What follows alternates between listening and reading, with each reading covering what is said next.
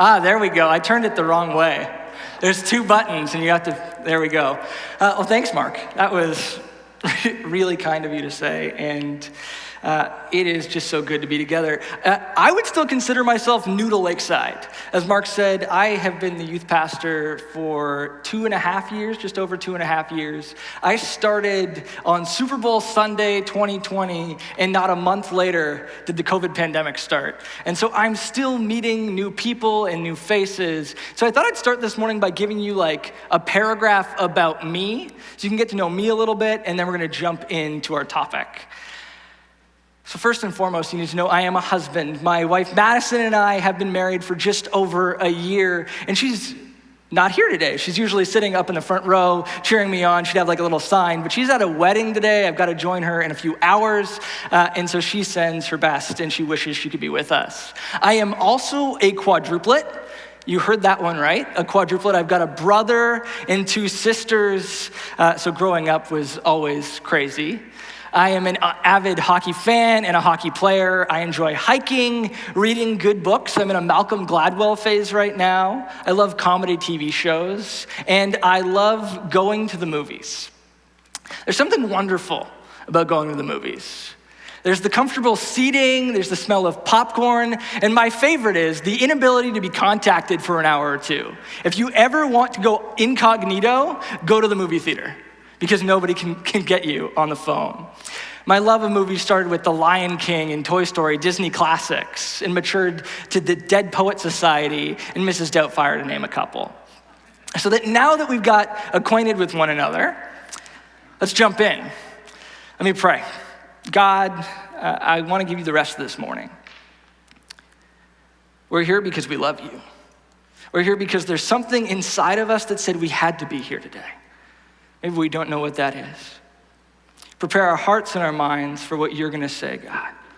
Let me be a mouthpiece for you and for life as you intend it to be. I pray this in your name. Amen. So I'm not sure if you've noticed or not, but we live in an increasingly polarizing time. To polarize is defined as to divide into sharply opposing factions. Polarization takes 2 sides of an issue or a topic and turns it into us versus them. I was 9 years old when I had my first memorable experience with polarization. The day was October the 14th, 2006. My dad had pulled my brother and I aside that morning and surprised us with tickets to the Maple Leafs game.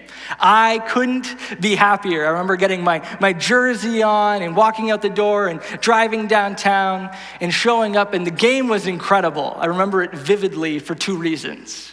The first was, it was the night Matt Sundin scored his 500th goal. Incredible experience I will never forget. The second reason it was memorable was because I remember the vitriol and the hatred so vividly. The Flames were in town, and if you weren't wearing a blue jersey, you were against us. That meant the Flames and obviously the referees, because they're never getting the calls right. The whole crowd was cheering on the home team while booing or jeering at the opposition. It was my first interaction with polarization, but it wasn't my last. Over the last couple of years especially, I've been grieved and I've been disappointed by rhetoric from Christians on both the right and left sides of the political aisle. People have become so sure of their own opinions while demonizing the opinions of other people. We've gotten very good over the last couple of years at making enemies. Too often we've defined ourselves by what and who we're against rather than what we're for. Scholar David Fitch calls this the enemy-making machine. And we see the enemy-making machine at work every single day. Wherever we go, whether it's the office, school, city hall, Parliament Hill, whatever we watch, whether it's cable news or Facebook videos or the local theater, or however we do things, whether by email or Twitter or in person or the loathsome Zoom meeting, in all of it, there has been widespread nastiness and conflict. Yet we have the audacity as a people to shake our heads when news of yet another tragedy hits the airwaves. The hate and disdain that we've seen over the last 2 years is appalling. And everyone, it seems, is caught up in warding off an enemy. Unfortunately, the church hasn't fared better than the wider culture. Christians often don't need an excuse to go after one another online or rake one another over the coals, whether it be about government policy, economic decisions, or religious opinions. I know that there are Christian families that spend weeks not speaking to one another, while anger boils under the surface because of these conflicts. The enemy-making machine, according to Fitch, begins with a good conviction that Christians, or others I'd argue, have discerned for their own lives, which is then extracted from daily discipleship and turned into a marker that signifies you're part of the group that experiences the conviction. It turns us versus them. The marker then becomes a banner to be waved, or a cause that rallies people together as a tribe against those who disagree with the banner. Soon, the banner or the idea defines our identity. And then violence, coercion, and hate stir up around the banner to galvanize the church of us versus them. I've got an example of how this has happened in church history. Was anybody alive during Prohibition? No? So it's safe, like I'm not gonna get an angry email about talking about Prohibition. Okay, good. You see, in the early 1900s, there was this prevailing culture of alcoholism. And many Christians became convicted by the Holy Spirit and their social conscience that alcohol consumption was harmful for the Christian life. In some church circles, whether one drank alcohol or abstained from it became the marker, remember the marker, that indicated whether they were a serious Christian. Some Christians started marching for laws that would outlaw buying alcohol on Sundays. Teetotalism, it was called, became the banner to be waved, a cause to be pursued that united this group of Christians. We could imagine if there was poster boards what they might look like. Alcohol is evil. The government shouldn't sell it. Like we see these all the time. There were, however, other Christians who discerned differently than the teetotalers. In some cases, the teetotalers disassociated from these other Christians, stigmatizing them as reckless, people who didn't care about Jesus or the cause of Christ. Strangely, even though they could worship in the same building, they saw each other as enemies. It was us versus them. The teetotaler's identity became shaped by this commitment against alcohol. It was a sign of being a good Christian. If you weren't a good Christian, it made you a bad Christian. Of course, Prohibition and the teetotaler movement has fewer followers today. In our context, we have more explosive issues around sexuality or racism, social justice, or national politics. Yet it serves to illustrate what can happen when a good moral conviction is extracted from actual discipleship and is caught up in the enemy-making machine. The good news for us this morning is that the enemy-making machine is not of Jesus. It doesn't look like him, it doesn't sound like him, and it definitely doesn't operate like him. Jesus this morning is going to show us that we don't need to feed the enemy-making machine anymore. We're gonna turn to Mark chapter 12, if you got a Bible or you wanna look it up on your phone, verses 13 to 17, to see how Jesus responded to an enemy-making question. One that was primed to feed the enemy-making machine. I promise, if you stick with me, that this is going to help you in so many of your relationships. At the office, on your street, around the table, online, hopefully. No matter what your age or your side of the political aisle, I think Jesus is going to speak to us this morning. So here's Mark chapter 12, starting at verse 13. Later, they sent some of the Pharisees and Herodians to Jesus to catch him in his words. They came to him and said, "Teacher, we know that you're a man of integrity. You aren't swayed by others because you pay no attention to who they are, but you teach the way of God in accordance with the truth. Is it right to pay the imperial tax to Caesar or not? Should we pay or shouldn't we?" But Jesus knew their hypocrisy. "Why are you trying to trap me? Bring me a denarius and let me look at it." They brought the coin and he asked them, "Whose image is this and whose inscription?" "Caesar's," they replied. Then Jesus said to them, "Give back to Caesar what is Caesar's, and to God what is God's." And they were amazed at him. See, we pick up this story in the middle of a bunch of action around Jesus. Jesus has come into Jerusalem for the last time in Mark's gospel. He's cleared the temple of those that were defiling it, and in the process ticked off all of the wrong people. Our passage is found in a section where different groups of people are trying to trap and trick Jesus so that they can either kill him or exile him.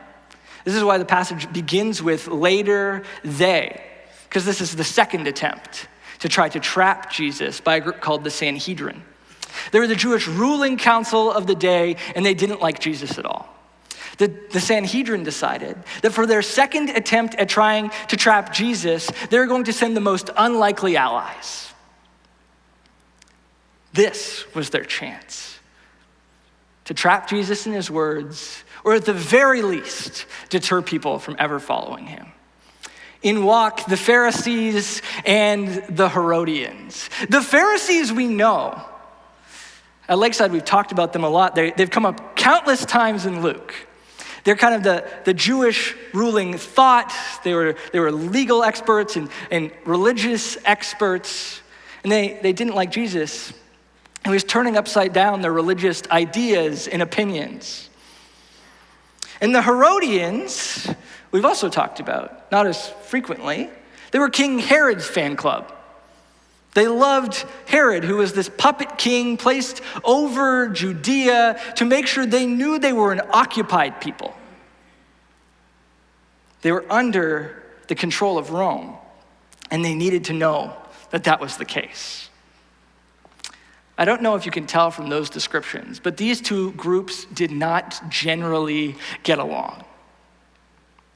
It's as if the liberals and the conservatives, the Democrats and the Republicans, the Montagues and the Capulets, the Jets and the Sharks, the Maple Leafs and the Canadians decided they were going to team up. It's a dastardly duo. This is the kind of rivalry and disdain that these groups had for one another, yet each one had found their common enemy.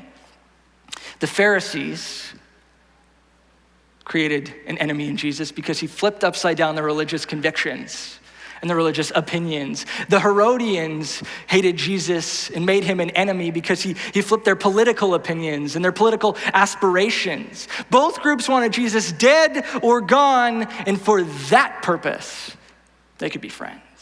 Because the enemy of my enemy is my friend. So they concocted a plan. They're going to ask Jesus an incredibly divisive and sensitive question, primed to feed the enemy-making machine. But they knew they were only going to get one chance to get Jesus. So they butter him up, as is often the case, right? When we want to get our way. Jesus, we know you're so good. We know you're honest. We know you're not peer pressured. You definitely speak the way of God in accordance with the truth.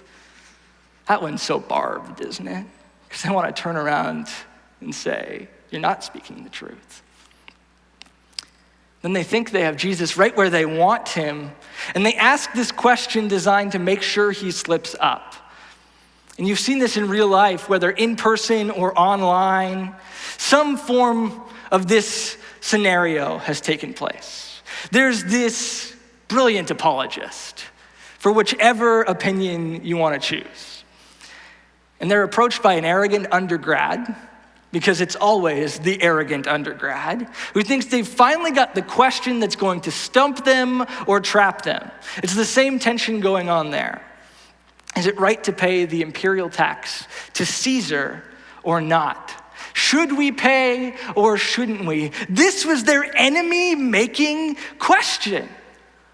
And to understand why it was an enemy-making question, I think we need to understand a little bit about the imperial tax. The imperial tax was a single tax. It was assessed on a person-by-person basis. It was a flat fee. It was a nauseating reminder to the Jews and to everyone living in Judea that they were subjects of Rome. The idea behind the question is that the allegiance to God and allegiance to Rome were fundamentally incompatible, because God and Rome were the inverse of one another. If you loved God, you hated Rome. If you hated Rome, you must love God. The Pharisees were hoping that Jesus would say, yes, absolutely, pay the tax. The Herodians were hoping that he would say no. A positive answer would make Jesus an enemy of the Jews and would cast him as a Roman sympathizer. A negative answer would cast Jesus as an agitating enemy of the state. Either way, they could feed this cultural marker through the enemy-making machine and they'd have Jesus done with. Jesus sees through it. His response? Show me the money. Thank you. So someone brings Jesus a denarius, which was likely the coin used to pay the tax.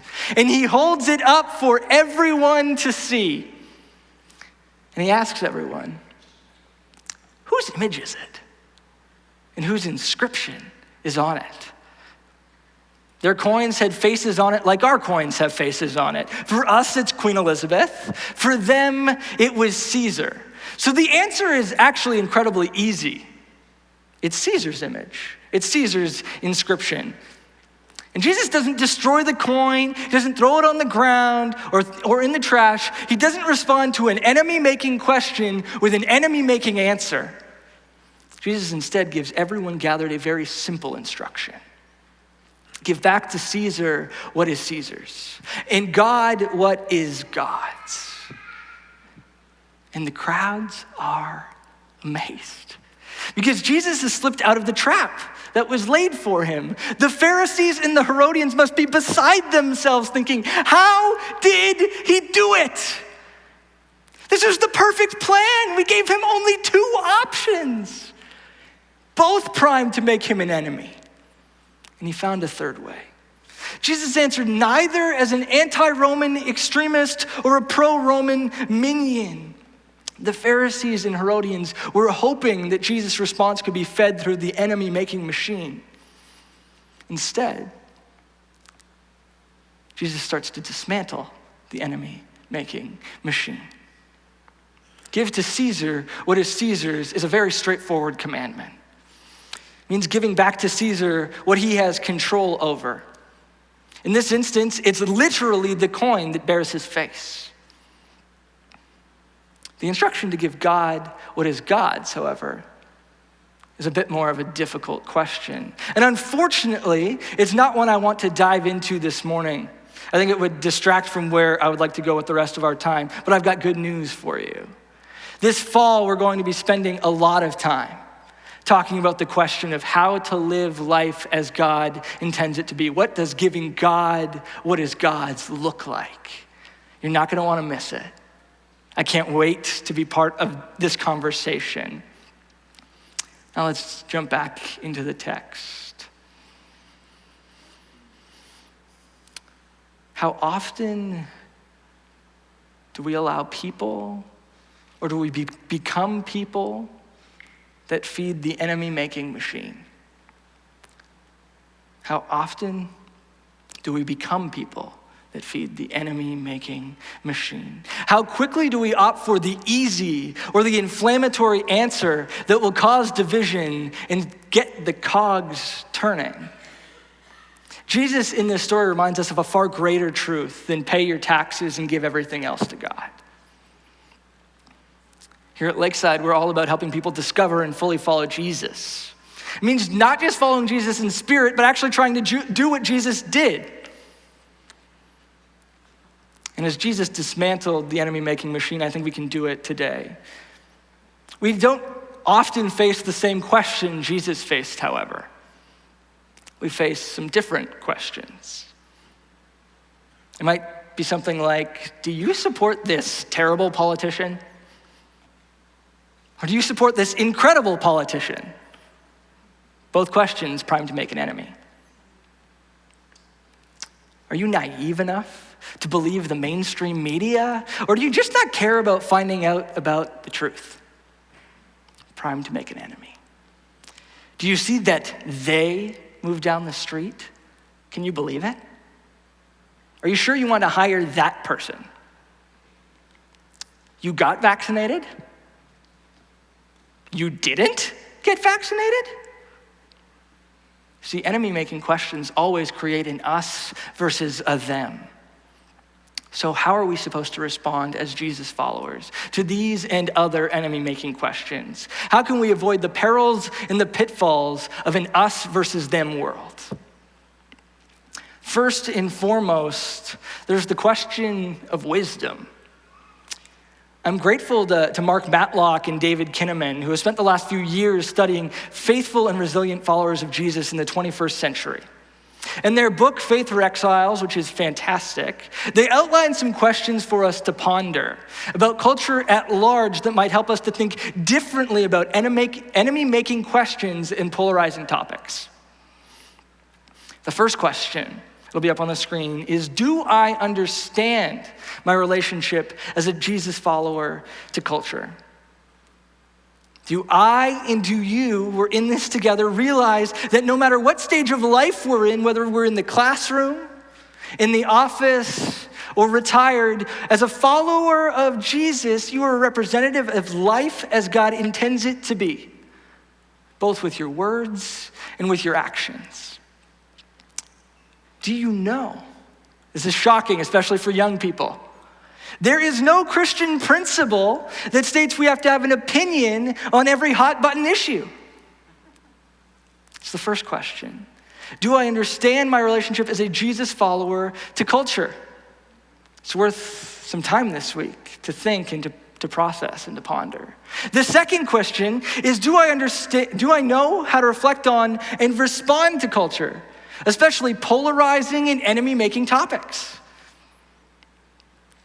Do we pause before opening our mouths, hitting retweet or share or send?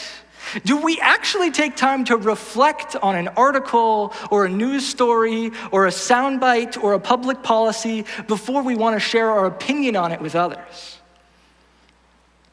Or do my responses, when they come out of my mouth, look like they exhibit love, joy, peace, patience, kindness, goodness, faithfulness, gentleness, and self-control? Because if they don't, I think we need to take time to reflect on how we respond and how we reflect on enemy-making questions and polarizing topics. The third is, this might be the most important. Do I actually prepare to respond and to engage culture and polarizing topics instead of simply engaging them? Jesus models us, let me go back a second. Jesus models for us this principle in his entire life. He was a relative nobody for about 30 years. He lived in a backwater town, doing a backwater job.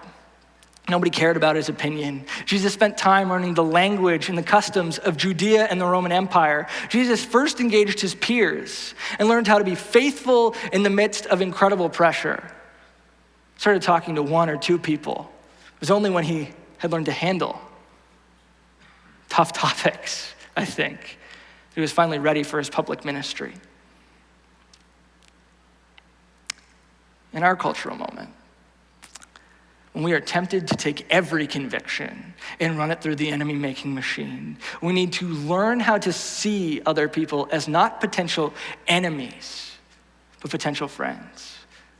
That's one way we dismantle the enemy-making machine, especially in Christian community. If you're in this room and you're interested in Jesus, or you'd call yourself a Jesus follower, you've already crossed a first barrier. We already have something in common that makes us closer to being friends than being enemies with one another. I want to now get really practical. Talk about some practices that I've done in my own life as I've thought about the enemy-making machine and how to dismantle it piece by piece, starting in one-on-one relationships, but then they grow from one-on-one to my family, to the workplace, to your community. Wherever you find yourself, I think these practices are going to help you. Firstly, I pre-decided a couple years ago that I do my best to not respond to a polarizing topic in the moment, whether that be in a coffee shop, online, or at the office. It frees me up from the pressure that often comes with a quick and a thoughtless response that is primed to feed the enemy-making machine. I usually say something along the lines of, "Thanks for sharing your perspective. I really appreciate it. Can I have a couple minutes to think about it?" Or, "I'm so glad you shared it with me. Can I think about it and come back to you next time? Let's grab another coffee. That would be great." I ask clarifying questions because there's nothing worse than getting through a conversation around a difficult topic and completely missing someone's point. Often we jump right in for the kill, don't we? Sometimes we miss the point. Next, I'll take a couple of deep breaths. Something we often forget, right? We can actually breathe instead of just saying whatever comes out of our mouths. So take 2, 3, 5 deep breaths. It allows me to clarify my thought. It causes my heart and my head to slow down. Usually when I do this, my thought comes out much clearer and much kinder.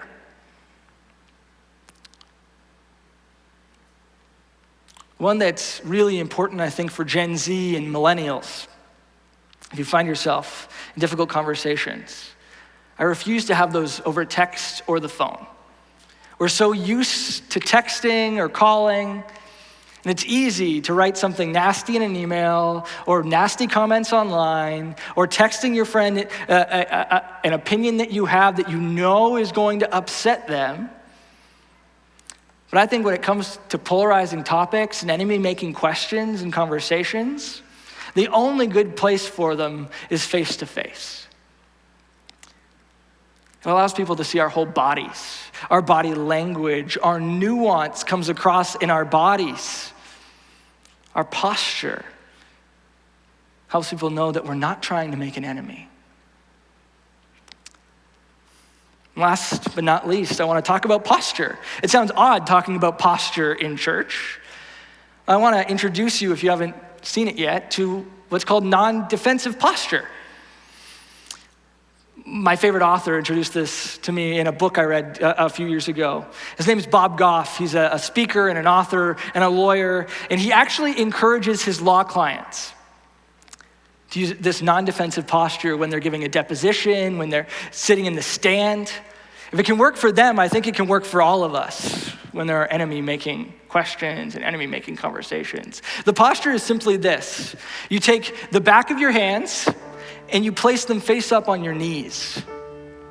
You can actually do that right now. I would love to see people in the room actually trying this. Take the back of your hands, place them face up on your knees. It's a non-defensive posture. There's something about it that actually aligns something in our bodies, in our heads, in our hearts. It allows them to slow down. It allows us to think more clearly. Our heart rate decreases. It's incredible to see this actually happen. And the good news is you can do it with the person across the table never knowing you're doing it. I do it in coffee shops sometimes. I want us to now take a couple of minutes. I want us to pause, to reflect, So we've gotten so good at making enemies the last couple of years. I believe there's someone in your life that you might need to reconcile with because you were too quick to make them an enemy. Someone that you can try one or some of these practices with. Or maybe it's someone you've been tempted to make an enemy of. But you know that's not the Jesus way. Just take a moment. Holy Spirit, bring to mind that person.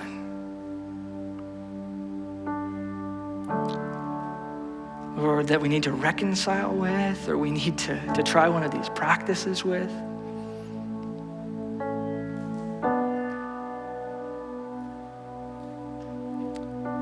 We want to take apart the enemy-making machine. Dismantle it, Lord, because it has no place here.